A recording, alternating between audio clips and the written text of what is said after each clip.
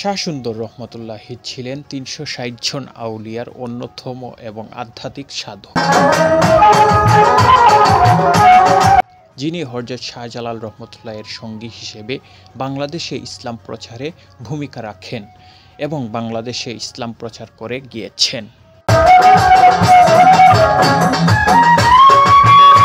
শাহ সুন্দরের মাজারটি সিলেট শহর থেকে কিছুটা দূরে অবস্থিত, যা একটি আধ্যাত্মিক তীর্থস্থান এবং এখানে অনেক দর্শনার্থী আসেন। প্রতিদিন আশেকান ভক্তরা তার মাজার জিয়ারত করার জন্য বিভিন্ন জায়গা থেকে।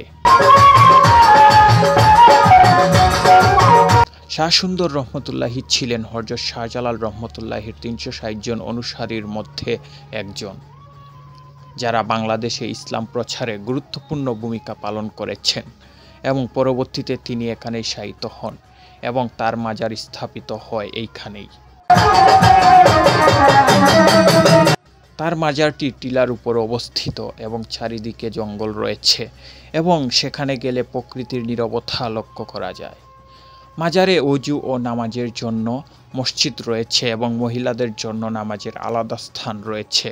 মাজারে পাথর রয়েছে যেখানে বসে তিনি তার সাধনা ও প্রার্থনা করেছিলেন। মাজারের ভিতরে বসে তেলাওয়াত ও নামাজের জন্য আলাদা ব্যবস্থা রয়েছে। মাজারকে দেখাশোনার জন্য খাদেম রয়েছে।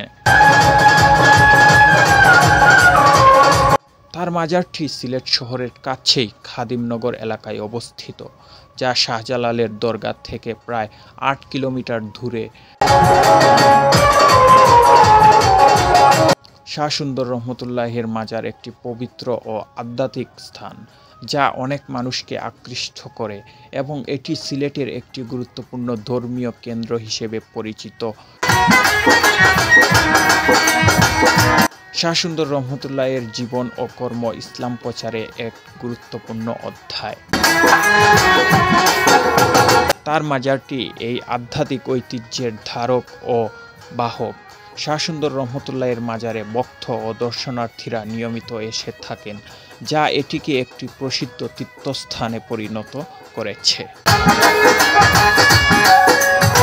মোহাম্মদ ফারুক মিয়া, NRT TV।